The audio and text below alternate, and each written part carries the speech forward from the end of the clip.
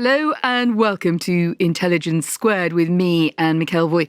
I'm very excited to introduce our guest and our subject today.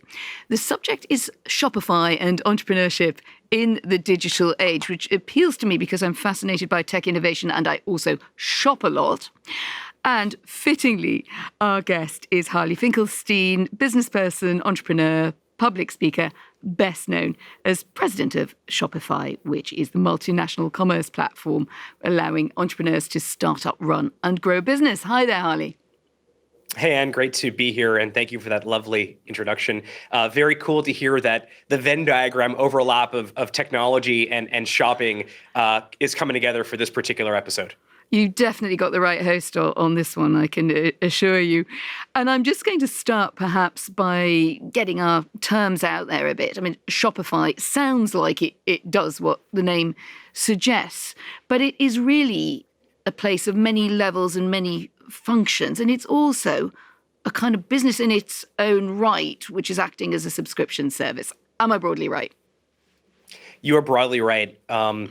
Really, the mission of Shopify is to increase the amount of entrepreneurs on the planet. And we do so by making it really easy to get started. Someone sitting at their mom's kitchen table can start a business on Shopify for $29 or, something like that. And then over time, as that business gets really big, becomes, Gymshark or Allbirds or, Vuori or, Figs or frankly, even some of the large CPGs like Procter & Gamble can also continue to sell on Shopify. I think the thing that most people get wrong about Shopify is because we are so well known to be an e-commerce provider, most people assume that we are, we make it easy to sell online only. And actually, our view is that the future retail is retail everywhere. I know we'll get into that later on in our conversation, but we make it really easy to sell in store and in person. We make it really easy to sell on places like Instagram and TikTok and Snap and Pinterest and everywhere in between. And then the other part that I think people get wrong about Shopify is that if you were to pretend that Shopify was a single retailer, we're not a retailer, we have millions of stores that use Shopify, but if you were to aggregate all those stores, we would be the second largest online retailer in America. And so the reason I mention that is because part of what we've been doing the last few years is going ahead and finding all the other friction points or problem areas in building a real great commerce or retail business, like shipping and fulfillment and payments and capital and international selling, and making it really easy to sort of, leveraging these economies of scale to level the playing field so that if you are starting a business today at your mom's kitchen table, anywhere in the world, the payment rates you were getting, the shipping rates that you were getting, your ability to access capital is effectively the same as someone who is working in a very large company. And that leveling of the playing field is really our mission. Yeah, it's funny. I was just about to say it is kind of flattening off what used to be in a hierarchy depending on how much your backers would back you or indeed how successful you were already. And the fact that you're supporting so many breakthrough businesses seems to me particularly important and exciting. Let's look to Black Friday, huge, of course, in North America and has crossed the pond as an idea and a good way to prod us to spend rather than save for the holidays. But it is a very difficult time in terms of economic backdrop in most places. How important is this Black Friday specifically to you? It is really important. It's important to us. It's also important to the millions of stores that use Shopify. I mean, it is the biggest commerce moment of the year. And part of that is, merchants' desire to sell and also the consumer's interest in purchasing products, often at a discounted price. And so, Black Friday, Cyber Monday, or, BFCM, as the industry calls it, has grown over the years to be, not just a weekend, a 4-day weekend from Friday to Monday, but actually more of a shopping season. And more and more what we are seeing is it's starting even earlier, starting in early November. We see the highest participation from merchant consumers over the Black Friday, Cyber Monday weekend kind of starts like the 1st of November or the end of October. But it really is a very crucial sales period for entrepreneurs and businesses. 73%, this is a really interesting stat, 73% of businesses worldwide say that they're planning for a pretty big Black Friday, Cyber Monday. And in the US and Spain, it actually rises to about 80% and 79% respectively. So I think, the key here is that all year round, but in particular during these key shopping season, our top motivator is to help merchants. And we've been at this for about 16 years or so. And I think this year in particular is one of the most important ones, specifically because this is really the first Black Friday and Cyber Monday kind of post-pandemic. And I think a lot has changed in terms of how we look at commerce and how we look at retail today. Well, that was exactly where my mind was going with that. I think the sort of nervousness that we had last year, certainly the year before, when we were fully into pandemic mode about going shopping at all, and the sense of sort of pulling back a bit from life, that is not there. Certainly not in so many places. But has it affected consumer behaviour compared to the years when social distancing was at the forefront of people's thinking? Maybe they weren't going out so much. Is there a return to a sort of, yip-de-doo, let me go out and purchase, or indeed purchase online? Or do we learn habits of caution that are maybe not so good for retailers or for people whose platforms support them? Yeah, I mean, if you think about sort of the main equation or metric that most people really consider when they talk about sort of the future of commerce or future of retail is the e-commerce penetration rate, which is a very simple equation, right? In the numerator, it is e-commerce sales, and in the denominator, it's total retail sales. And during the pandemic, kind of two things happened. The numerator went up, obviously, e-commerce went up dramatically. And then obviously the denominator at the bottom went down because you kind of remove physical retail. So now that physical retail is reopening, and we'll talk about this because it's getting really interesting right now, what's happening in physical retail, which is by far, it is not dead at all. In fact, there's absolutely a reemergence of in-person shopping, which a lot of it we're powering ourselves. But it looked like during the pandemic, you saw this massive increase in e-commerce penetration. And today, now that physical retail is reopening, there's sort of this concern that, well, what has happened in e-commerce? Well, what's really interesting is that e-commerce has reset on a much higher base. So, my grandparents, for example, who are in their 89 years old, my grandfather's 91, even though, I've been the leader of Shopify for a long time, they never bought online. The pandemic happened and they discovered things like Instacart and Uber Eats, and they discovered online shopping for the first time because they had no choice. Well, now that stores have reopened here in Canada and all over the world, they're still using Instacart, and they're still using DoorDash, and they're still buying stuff online. So the e-commerce growth rate in the 2 years of the pandemic have obviously exploded. And now they're kind of going back to 2019 growth rates, but on a much, much higher base. Now, to answer your question directly, because it's an important question in terms of what happened in terms of consumer spending and what do we think consumer spending is going to, what is happening now, given that we're kind of in this really tough place from an macroeconomy perspective. So here's what we are seeing. Certainly, consumer spending is more considered.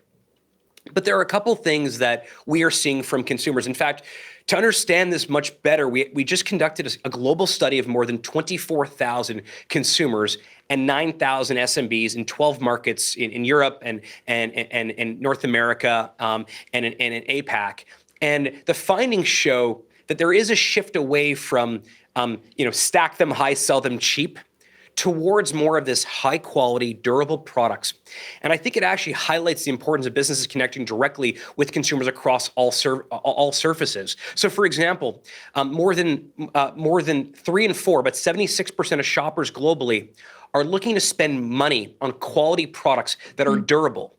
Now that's a shift. There's about 46% of consumers would switch to a rival brand for a superior product. So can I just clarify a term on that? It just sounds a bit like before they didn't. Did shoppers ever really say, well, I'm not really after a quality product? Are you suggesting that this kind of fast cycling is changing? I think one of the things that has shifted around sort of this Black Friday, Cyber Monday selling season is it was all about sort of steals and deals. It was all about getting the greatest discount possible. And now what's happening is people still want a discount, but they're looking for a bit of an arbitrage opportunity. They're looking for a great product that a month ago they wanted, but was too expensive, but now might actually be at the right price point for them. And I think, there's no doubt about it. If you look at younger generations, bargain hunting to get value for money frankly, before the bills bite, is really important. 57% of consumers plan to spend the same amount as last year's Black Friday, Cyber Monday, or even more before they feel the pinch of what they say are price hikes that are coming. And this is very acute for Gen Z. But I think that the one thing that is now no longer a fad, but almost steady state, is that both businesses and consumers tell us that they will not budge on sustainability despite the wallet squeeze. In fact, this idea, there was a term a couple years ago called conscious consumerism. And you saw a lot of these, shoe companies, you buy one shoe, they gave away another shoe, or a sunglass company, you buy a pair of sunglasses, they gave away one for free to someone in need. That was sort of looked at as almost like a marketing tactic. Whereas what we've noticed is that's not a marketing tactic. Conscious consumerism is really this steady state way of buying now. In fact, one thing that I've been feeling even in my own buying behavior is when I buy a product from a brand, it sort of now feels like it is my way of voting with my wallet to support that brand, that product, that way of doing business. And I think that is more pronounced now than ever before. One trend in recent years has been the creator economy as something that's, I suppose, not just for super motivated people like yourself who start businesses or who do things at the kitchen table, which then end up with a much bigger kitchen table, or indeed kitchen tables all over the world. But influencers, if you like, who are part of the product themselves. They're on YouTube, they're on Instagram, and they're monetizing their audience online. How do you see this new creator economy fitting with the wider or even the traditional world of commerce and all the rules that I suppose we thought governed it? And I might have said, well, I can probably draw you a graph, or certainly one of my colleagues could, that said, well, this is what's likely to happen in a recession. Is that graph now more variable because of this trend? Yeah. Well, there's a couple of things that have sort of happened the last couple of years.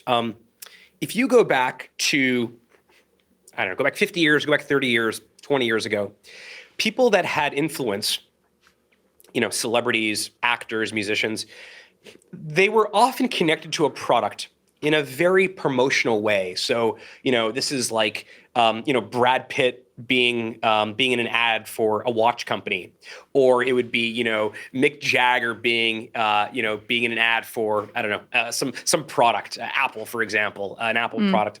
There was a connection to the product, but it always kind of felt like a promotion. It always felt like sponsorship. What started to happen, and by the way, probably the best example of that is in 1982, Michael Jordan creating the Jordan brand with Nike. He kind of changed everything because all of a sudden now it wasn't a promotional product. Arguably one of the best sneakers to play basketball was the Jordan sneaker. So it didn't feel like he was just slapping his logo on a pair of generic sneakers. It felt like he was involved in the R&D process. It felt like he was involved with the brand. But Michael Jordan did not own the Jordan brand. He was paid a royalty. Nike actually owned the brand. And that was sort of the way it kind of happened. In the last couple of years, you began to see, the canonical example, I guess, at this point is people like Kylie Jenner creating Kylie Cosmetics, or Kim Kardashian creating Skims, her shapewear line, which actually are not promotional products, which in the category of cosmetics or shapewear, in both those categories, they are the leading product in some for some demographics, in some areas, and they own the brand themselves.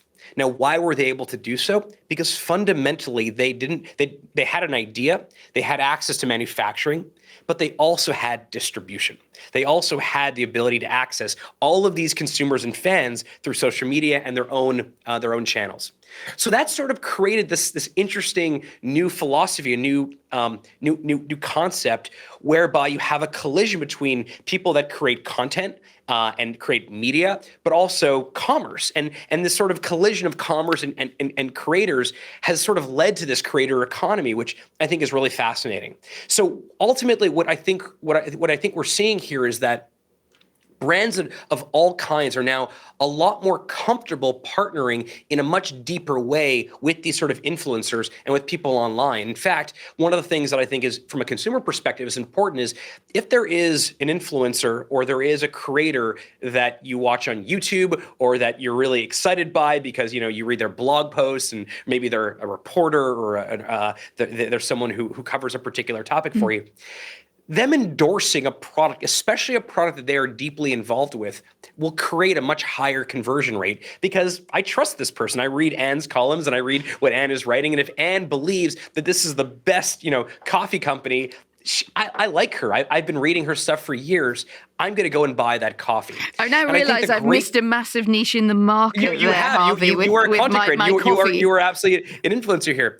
But then you also have these mega creators, these mega influencers like Mr. Beast, who's this incredible phenomenon, and someone who has this sort of genius of understanding how to build an audience, how to provide value for his audience, and he's been on Shopify since he had like 3 million subscribers on YouTube. Now he has 100 million subscribers, and so now when he creates Feastables by Mr. Beast, which is a chocolate bar company, or he creates the Mr. Beast burger chain, which has hundreds of locations all over the United States, he actually is able to build a business at a trajectory and a velocity that has never been seen ever before in the history of business creation. And can I just throw in a challenge here, because that is extraordinary, and those numbers, I mean, they're certainly sort of making my eyes pop. But brands, then, as far as I understand you, Harvey, is saying that they are more comfortable partnering with influencers in this way, right? They're not just trying to get hold of George Clooney to sell more Nespresso. Toothpaste or something, right? Yeah. But at the same time, it does seem to me that weakens the identity of brands, because the brand, in a way, is, and I think you've described it very, very well, and with lots of great examples there, sort of become the influencer. They become the person on YouTube. They become, in some way, the followers. And doesn't that have big downside risks for what we thought of as a brand which has a durability, which may sometimes wax and wane and may have better fortunes one year than the next, but has a consistency to it, and if it's well managed, continues to grow? I mean, that's the Michael Jordan example, I think, right? Which is, we're now 38, 39 years later from when the Jordan brand was created. Michael Jordan does not play basketball anymore, but that brand has durability, has longevity to it.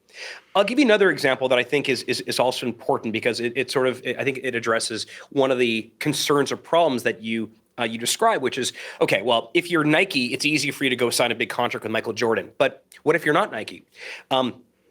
2 weeks ago, Gymshark, which is an incredible brand, global brand, started in the UK by Ben Francis.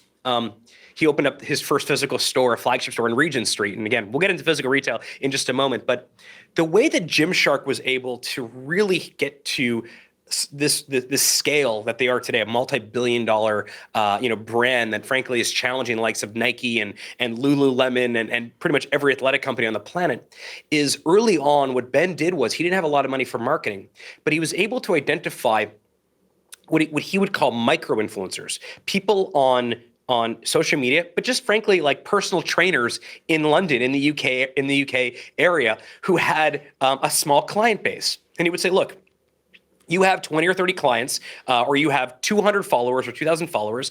I'm going to send you some Gymshark apparel, some Gymshark clothing, and I'll send it to you for free. And all I ask is that if you like it, talk about it. And if you don't like it, let me know you don't like it and give me some feedback. That is a great example of how using those micro-influencers, those communities, you were able to build a brand with not a lot of money. And I think Ben would sort of agree that Gymshark would not be this iconic global brand many years later if it wasn't for the leverage of those small micro-influencers as well. Now, your previous point is a good one, which is like, okay, so Kylie has Kylie Cosmetics, and it's a great brand. And I mean, if you know the story of that cosmetic company, she really cares about the R&D. She cares about the design. The product is something that is her life's work. But if there's a scandal that happens at some point, does that also affect the company? Interesting. And I think it does, but I don't think it does more so than you finding out that your favorite, underwear company or sock company, is using practices in their factory which you don't believe are ethical practices. I think the same thing exists across every brand. It's just, as opposed to talking about a company, you're talking about an individual. So if you take the example that you gave us just before we fell to talking about that kind of brand risk, which is Mr. Beast, which is just such extraordinary. You might just remind me again of that top line number. 100 million subscribers. That's not 100 million views. That means Every time he puts out a video, it is delivered to 100 million people directly, and it is pushed to them. I mean, that's an unbelievable number. I mean, the Super Bowl doesn't see those type of numbers. Well, I was going to say, they just sounds like numbers that are so off the charts. I'm taking it on trust that you're right about that one. But what steps would you say he's taking to become such a successful content creator, creative entrepreneur? I do understand that some things are, better thought through than others. Jump the shark, hit the zeitgeist, or just basically it's the right Kool-Aid. But that is, as you say, that's such a kind of, it sort of breaks the numbers kind of example. Can you just tell us what's been so special about it? It's value creation. If you watch any of his videos that he does, we actually did a video with him last week where we sort of created our own version of Dragon's Den or Shark Tank with him, where you send him a pitch, I think a 30-second pitch about your business on TikTok. He would review pitches, and he would start giving out $10,000 to the pitches that he thought were the best pitches. He's not asking for equity. He didn't ask for any type of promotion for himself. He is someone that very much pays it forward consistently about those things. And yes, he definitely, when Squid Game first came out and was this sort of, cultural hit in the zeitgeist of the world, he created his own version of a Squid Game, didn't harm anyone, and gave away money instead. All of his videos are there not just to entertain, but also to fundamentally give out paid forward. And he talks about that some of these videos will cost him a few $1 million, and he's okay with that because ultimately he's playing a much longer game than any type of, commercial business content creation machine, which is always looking for an ROI. He is looking for indirect ROI over a long period of time. And I think that's the reason why he's become the largest content creator on the planet. There's also this other aspect to this whole idea where we as consumers, we as viewers of this content, we want things that are compelling. We're sort of, it's the reason why I think YouTube has become one of the greatest platforms for distribution of great content, because we as consumers, we want things that are interesting, but like we all have a bit of a niche. We talked about the Venn diagram, for example.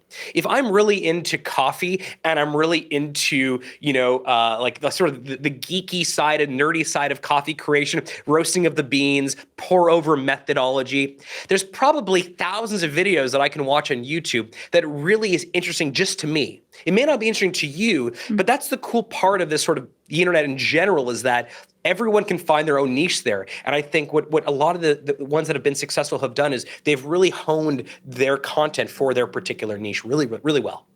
So let's look to that backdrop of globalization, high inflation, slow economic growth across a lot of the main economies, and of course the disruptions and backwash of geopolitics in there too, particularly the war in Ukraine. How important do you think that is to the future of entrepreneurship? What does it change for people who may be thinking, well, I'm going to set up my business, it might start very small, it might end up being as big or nearly as big perhaps as Mr. Beast, but I'm going to have a go. Do you think that is likely to be something that takes a bit of a knock? I mean, during the pandemic, we saw, if you just look at the U.S. Census Bureau data,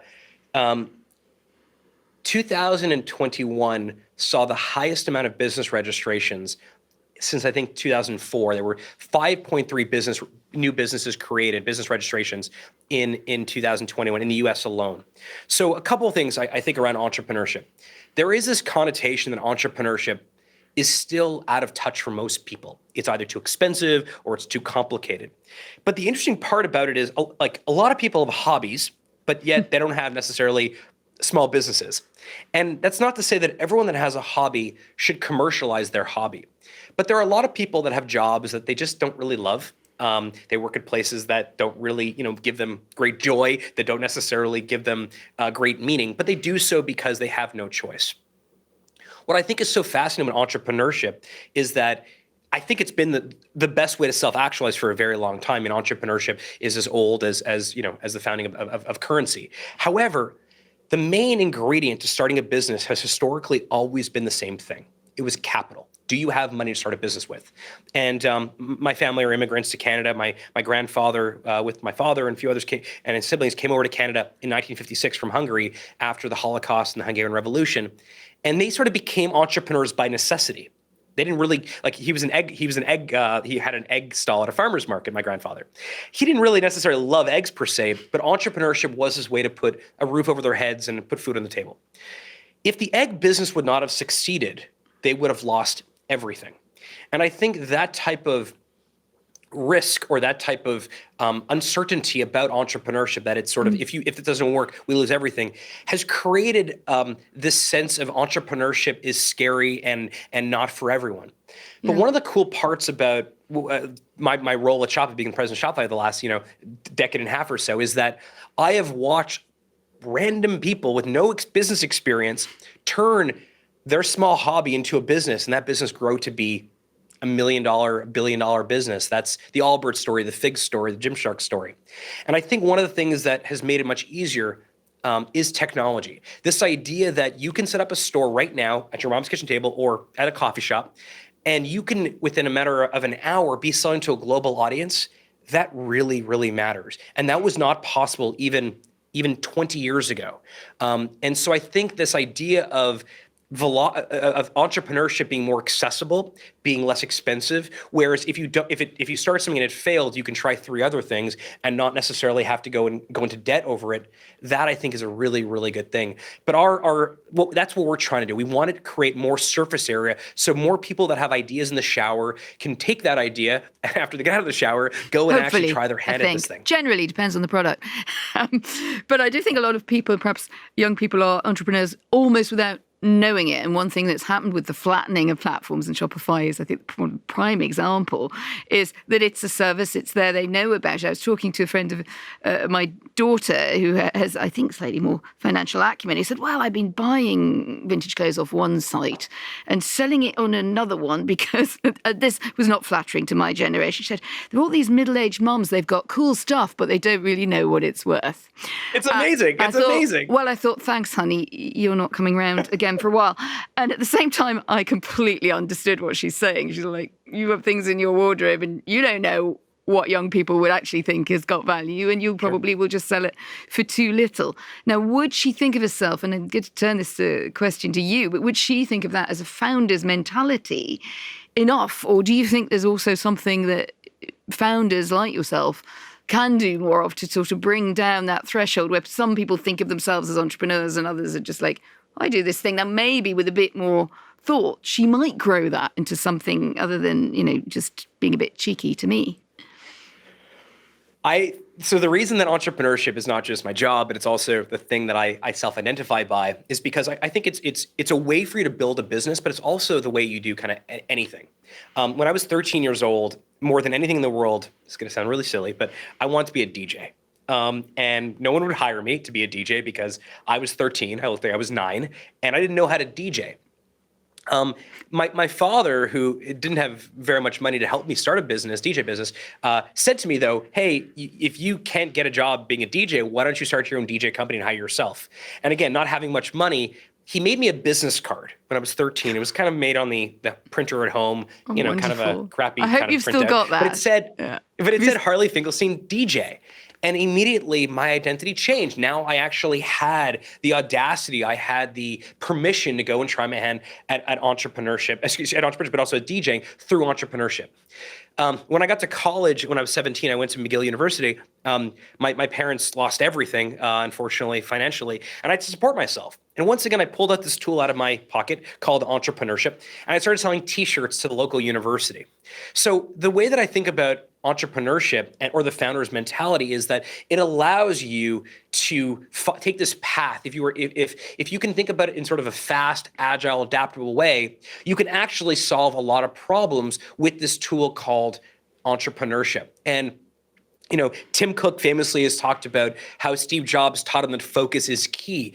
And so I think part of that, that founder's mentality is the need to keep at the forefront of anything you're doing, the simplicity. So not to complicate things. So, your daughter's friend saying, I buy something here and I sell it there for more money. You may say, well, is that really a business? Is that really, is that going to be a multi-billion-dollar company? Maybe not, but maybe that particular person's focus is just to make a couple extra dollars so they can afford tuition, they can afford to go out on weekends. That in itself is entrepreneurship, and that's why I think it's one of the greatest tools that humans have to solve problems. And that's something I know that you advocate for. You're a board member of CBC in Canada, but you're also a dragon on CBC Dragon's Den, Next Gen Den. What changes, if any, do you see then? If we think back, Dragon's Den was also such a sort of breakthrough idea that people would really put themselves out there and go through quite a lot, to get themselves and get what they were selling out there. And I think that certainly changed a lot of views here in the UK about what it took to be an entrepreneur. So you see it close up. What changes do you see generationally?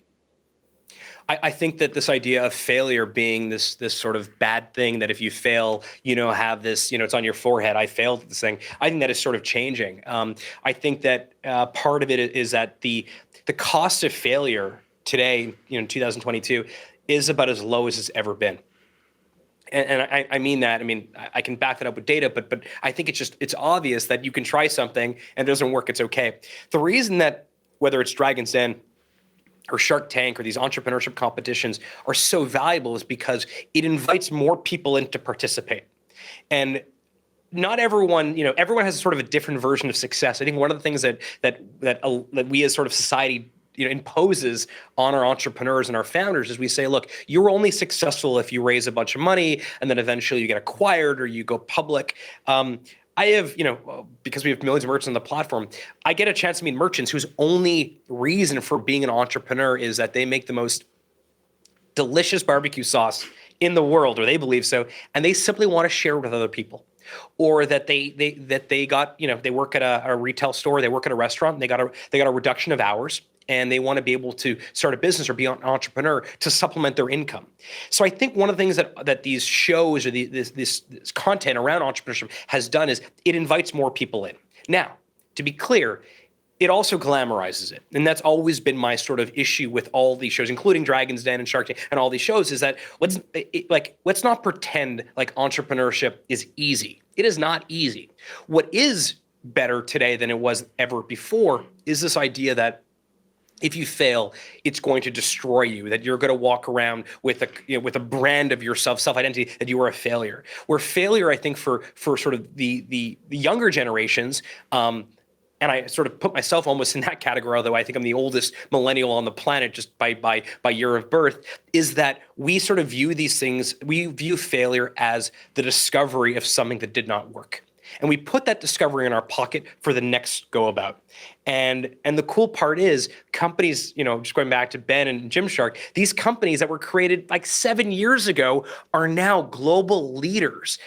Being able to be a competitor to Nike in 7 years, it wasn't possible in previous vintages of entrepreneurship and business building, and that is happening every day now. Well, it is happening every day, but we've got to be realistic that the backdrop is slowing sales growth. Obviously, that's not only what happens on Shopify; it's happening everywhere, and we're seeing a lot of pivots of businesses that we write about who are bringing in alternative revenue streams. In the case of Shopify, that is also lending money, sort of fronting money up to the people who use your service. Now, that's very interesting because it keeps money flowing through the system and offsets some of the decline that you'll be seeing in sales. But it also gets more complicated, doesn't it? And I think of interviews I've done with people like Klarna and other lenders, it's much more regulatory in some ways. It's easy to get tangled up there. And there's also a certain responsibility, perhaps a different kind of responsibility to lending money to simply saying, here's the platform. Obviously, there's certain things you can and can't sell on a platform. But it just seems to be a bit more kind of fraught. And I wondered what you made of that. Yeah. Look, I think, our ambition is to be the entrepreneurship company. I think to be the entrepreneurship company, you need to be there in good times and not so good times. The reason that we've now given out more than $4 billion of capital for cash advances and loans to merchants is not because we had this ambition to ever be, a lender. It's because we had this ambition to help entrepreneurs. And it turns out banks don't do a very good job of helping entrepreneurs and small businesses when they're just getting started, which is exactly the time when they actually need the capital. They tend to lend after there's enough, that there's enough runway that the liability is much lower. However, we simply bring a software approach to it. We say, okay, look, we know based on your sell-through rates, your traffic, your conversion rate, your refunds, your approval rates on credit cards to your customers, we think we can do a really good job of effectively making a decision very early on whether or not it is a good idea to lend you money or not. We can do so much earlier than most financial institutions, most banks can do that. We also have, today something in the neighborhood of $5 billion of cash on our balance sheet that we've raised over the years post becoming a public company. So with those two things, wait a second, we can do something that is really valuable to small businesses, and we can do so in a way that actually does not put Shopify at risk because we have enough information to make really, really smart underwriting decisions. Some of them are not going to make it, aren't they? And some of them are going to have difficulty. That's right. Yeah, and some of them. But the key for us, though, is that the ones that do by far offset the ones that don't. And the ones that do make it go really, really large, never leave Shopify. And we become more than simply their e-commerce provider. We power all their physical stores at the point of sale. We become their fulfillment and shipping partner. We become their capital partner, their payment partner. So part of what we're trying to do is invite as many people into Shopify as possible, make it as easy as possible to get started, and then knowingly, not all will succeed, but the ones who will stay with us for a very, very long time. But your other point, Anne, that I thought was so interesting is you said it is getting more difficult. And certainly on the backdrop of post-COVID, the current well, I was just thinking about everybody's sales growth is not as healthy as it was in that sense. That's right. You're absolutely right. And people, there's uncertainty. Inflation's higher than it's been certainly, I think, in my entire lifetime. One thing, though, that I think is really, really valuable is this idea of where is retail happening. So if you go back to, 300 years ago, retail always happened at the town square. That's where the baker sold bread and the cobbler sold their shoes. The reason that the town square was the fundamental place where retail took place, where commerce happened, was because that's where people were spending their time. One of the things I think that is important to understand as we sort of, leave 2022 and go into 2023 and into the future is that currently the modern day town square is not online or offline or on social. It's kind of everywhere. And that each of us as consumers, we actually, for the first time ever, are beginning to dictate to our favorite brands, this is how I want to purchase. I want to buy online, but pick up in store. I want to go into a great physical location and make I want to have a coffee in the physical location. I want to go shopping, but then I don't want to carry my stuff out because I'm going shopping elsewhere. Just ship it to me. In some cases, I want to pay with buy now, pay later, or I want to be able to, have a really easy return policy. One of the things I think that's fundamental if you're going to study the future of retail and commerce is it is going to happen absolutely everywhere.